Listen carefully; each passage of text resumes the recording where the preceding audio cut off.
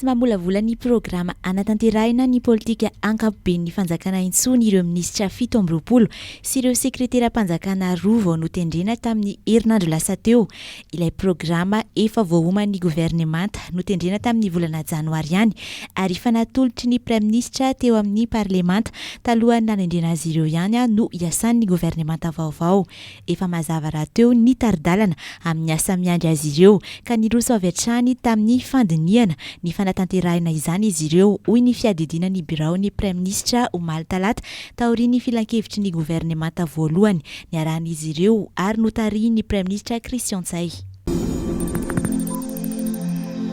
Aorian'ny sehatra ifampizaram-baovao sy ifanakalozana izay tanterahin'ny voamihera malo eo tena misahana ny fifidianana na ny seni tao amin'ny fohibeny androany alarobia maraina dia isy ny sehatra ifampizarana sy ifanakalozana eny anivon'ny faritany sy ny faritra ary ny distrika manerana ny Madagasikara.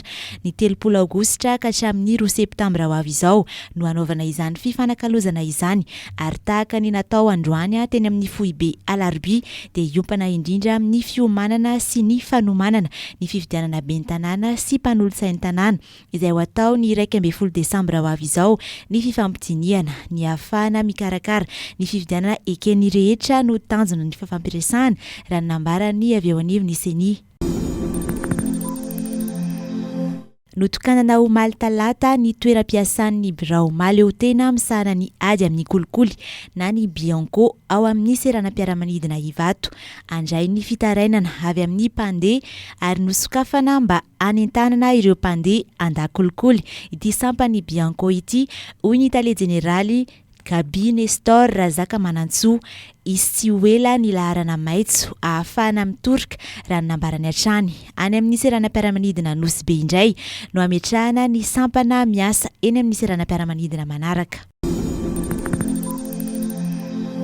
Nandray tamin'ny fomba ofisialy ny asa sy ny toerana mahafoloa ny delegasionna manokana azy Iary Lala Ramanantsoa androany alarobia tolakandro. Tamin'ny 3 folakandro teo no nisy ny lanonana famindram-pahefana taminy avy amin'ny ekipa ny delegasionna manokana teo aloha izay notarihin'ny Richard Rambanambitana tetsy amin'ny lapan'ny tanàna Analakely.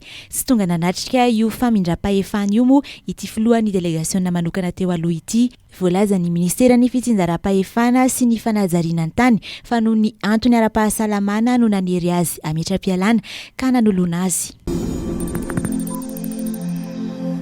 Vonina ny ametraka famatsim-bola hatramin'ny $100 ho an'ny Madagasikara ny tahiry iraisam-pirenena ho an'ny tontolo iainana na ny FEM raha ny fampitam-baovao avy amin'ny ministeran'ny toe-karena sy ny fitantanam-bola. Anisan'ny ady sisika nambaran'ny fiadidinan'ny Repoblika fa nataon'ny filohan'ny Repoblika Andry Rajoelina omaly talata ity fangatana ity nandritra ny fitaonany tamin'ny filoha tale jeneralin'ny FEM Carlos Manuel Rodriguez. Tamin'ny fitaonany ity tompon'andraikitra ity sy ny ministry ny fitantanam-bola Rabariny Arson Rindra Asimbelo no nanambarany io fahavononan'ny FEM hanolotra $100 ho an'ny Madagasikara io.